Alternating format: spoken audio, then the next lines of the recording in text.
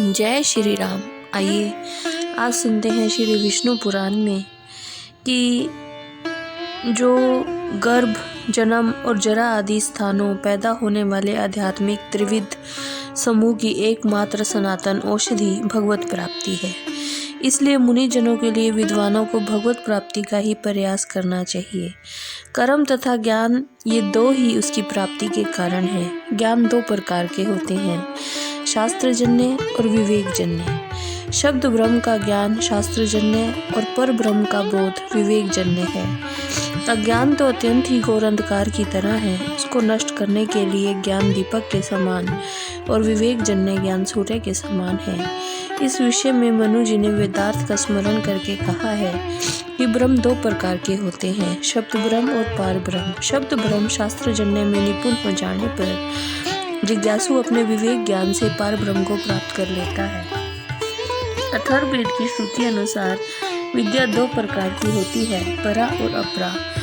परा से अक्षर ब्रह्म की प्राप्ति होती है और अपरा ऋग आदि वेद त्रय रूपा है, जो अत्यक्त, अजर, अव्यापक, अरूप, सर्वगत, नित्य भूतों आदि का कारण, स्वयं कारणहीन और जिससे समस्त व्याप्य और व्यापक प्रकट हुआ है। जिसे मुनिजन ज्ञान नेत्रों से देखते हैं वह परम धाम ही ब्रह्म है। वही प्रभु श्री हरि विष्णु जी का वेद वचनों से प्रतिपादित अति ही सूक्ष्म परम पद है। परमात्मा का वह स्वरूप ही भगवत शब्द का वाच्य है और शब्द ही उस आद और अक्षय स्वरूप का प्रतीक है। जिस परमात्मा का ऐसा स्वरूप बताया गया है, उसके तत्व का जिससे वास्तविक ज्ञान होता है, वही परम ज्ञान है। त्रयमय ज्ञान इससे पृथक अपरा विद्या है। हे मैत्रेय, समस्त कारणों के कारण महाविभूति पर ब्रह्म के लिए ही भगवत शब्द का प्रयोग हुआ है। इस भगवत शब्द में भकार के दो अर्थ हैं, पोषण करने वाला और सबका आधार, और गकार के अर्थ कर्म फल प्राप्त करने वाला, लय करने वाला और रचयिता है। समस्त ऐश्वर्य, धर्म, यश, श्री, ज्ञान, वैराग्य, इन छह का नाम भग है। इस अखिल भूतात्मा में संपूर्ण भूतगण वास करते हैं और वह स्वयं भी संपूर्ण भूतों में विराजमान है, इसलिए परमात्मा का अर्थ है। उन परमात्मा में ही संपूर्ण भूतवास हैं, स्वयं भी आत्म रूप से सकल भूतों में बसते हैं, इसलिए उन्हें वासुदेव भी कहते हैं। पूर्व काल में खांडिक्य जनक के पूछने पर केशी ध्वज ने उनसे भगवान अनंत के वासुदेव नाम की यथार्थ व्याख्या भी की थी।